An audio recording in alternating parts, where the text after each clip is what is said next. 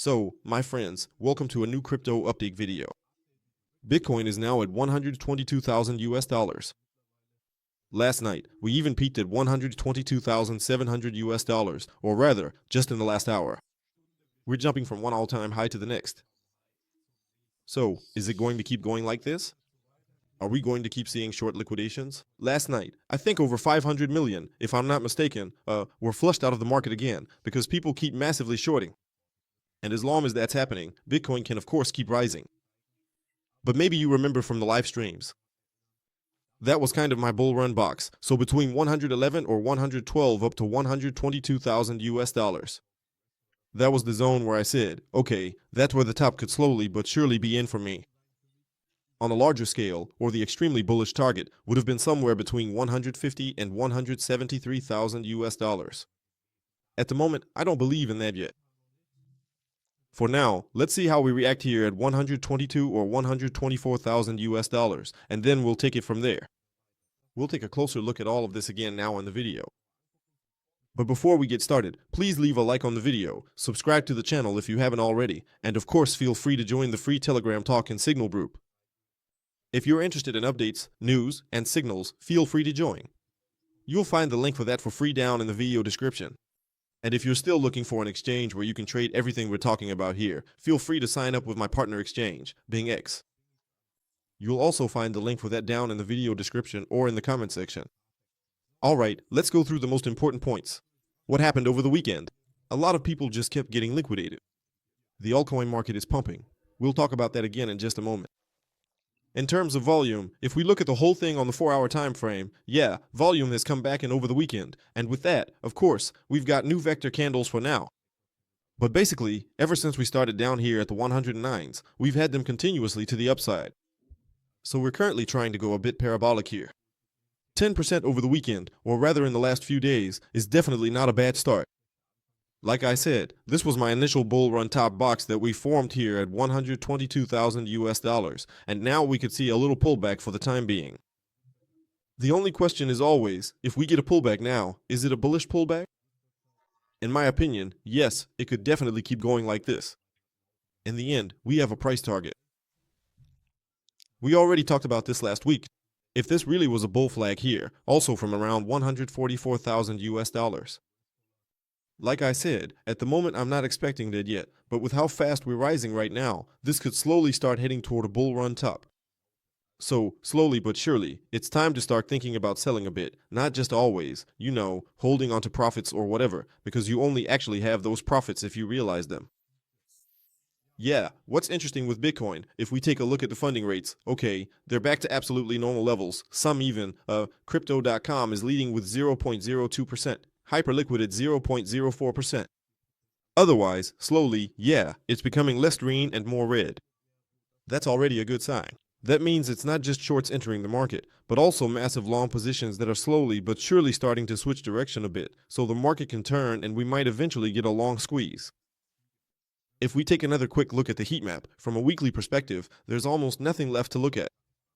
So, to the upside and everything above the weekly time frame, that means 2 weeks, 1 month, 3 months, 6 months, there's basically no real liquidity left.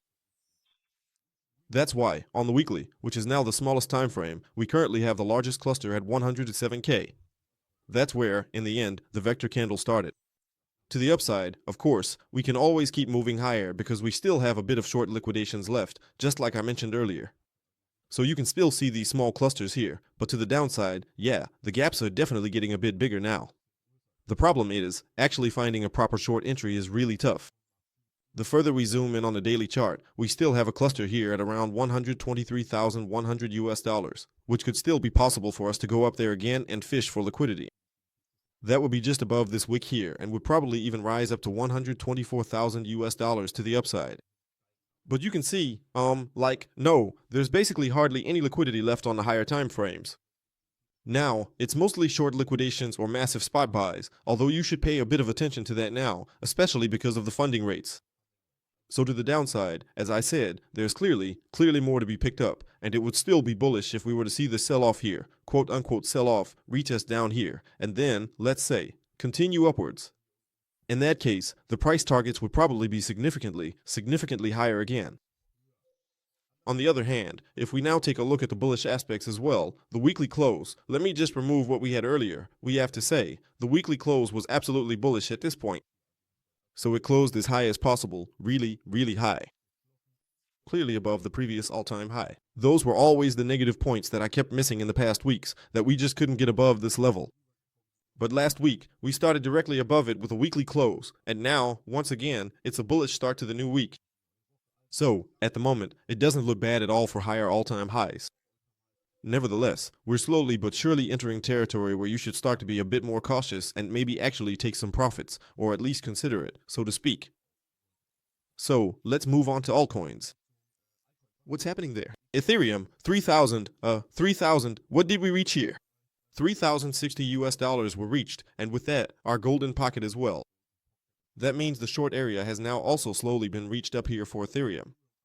That was still the old short box from a few weeks ago where we already talked about it.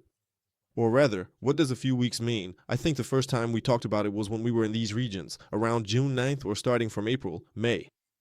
So, it took us a few months to get in here in the first place. If we look at the 4-hour time frame, we see that, volume-wise, things are still rather weak. Over here, the lawns were opened, or rather, a lot of liquidity came in here, and ever since we've been climbing higher, the volume has been dropping off.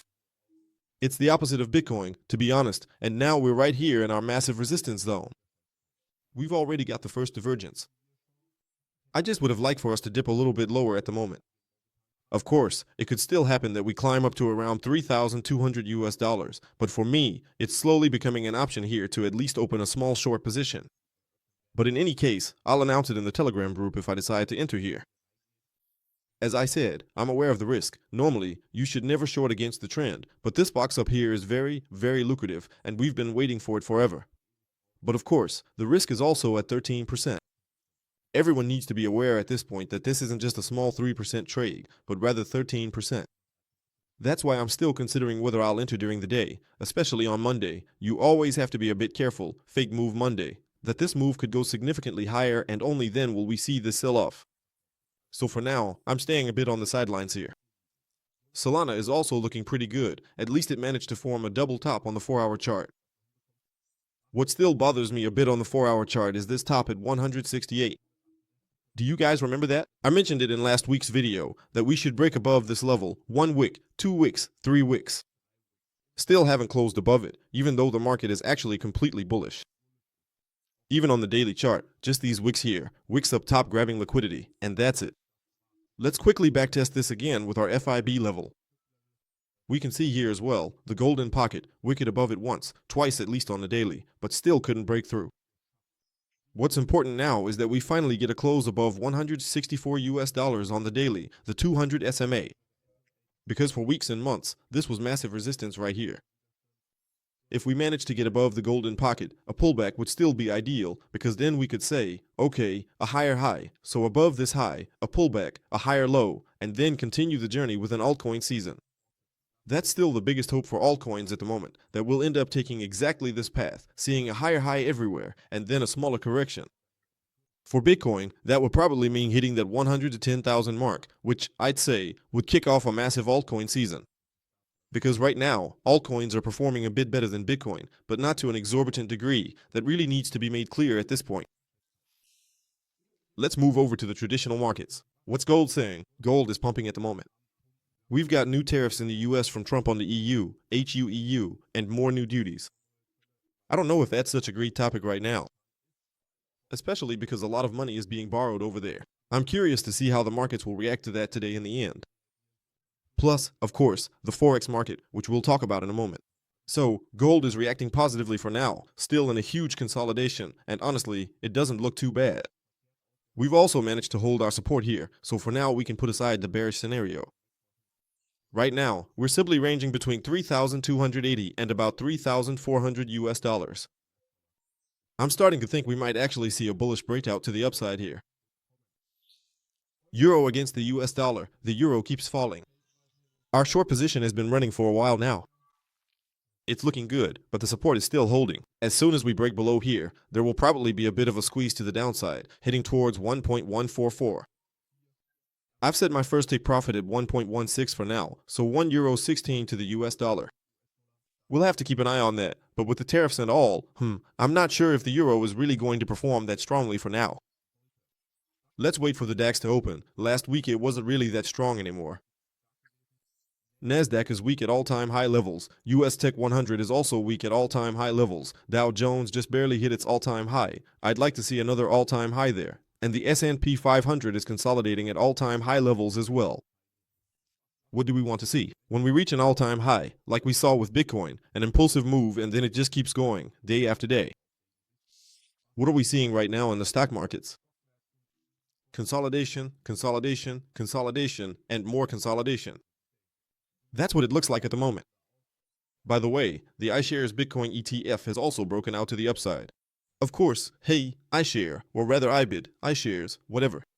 Otherwise, it's just consolidation, and that's still what gives me a bit of a stomachache here, because, as I said, there's hardly any real volume being traded, still just a sideways phase.